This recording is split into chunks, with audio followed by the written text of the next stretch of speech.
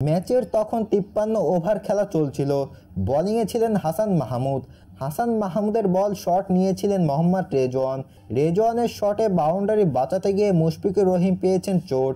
গুরুতর আঘাত পেয়ে মাটিতে লুটিয়ে পড়েন মুশফিকুর রহিম।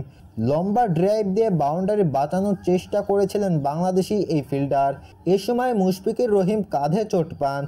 বল ধরার জন্য আর উঠে দাঁড়াতে পারেননি, বরং মাটিতে শুয়ে কাটাতে দেখা যায় বাংলাদেশি এই অভিজ্ঞ ব্যাটসম্যানের।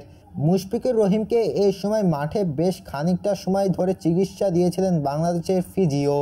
ড্রেসিং রুম থেকে হতাশা বাংলাদেশ দলের হেড কোচ চন্ডিকা হাথুরুসিংহে। অনেকটা সময় তার সিট থেকে উঠে দাঁড়িয়ে দেখছিলেন মুশফিকুর রহিমের অবস্থান। এ সময় মাঠে কাটানো মুশফিকুর রহিমকে মাঠ থেকে বের করে নিয়ে যাচ্ছিলেন বাংলাদেশের ফিজিও। মুশফিকুর রহিম প্রথম টেস্টে বাংলাদেশের জয়ের নায়ক।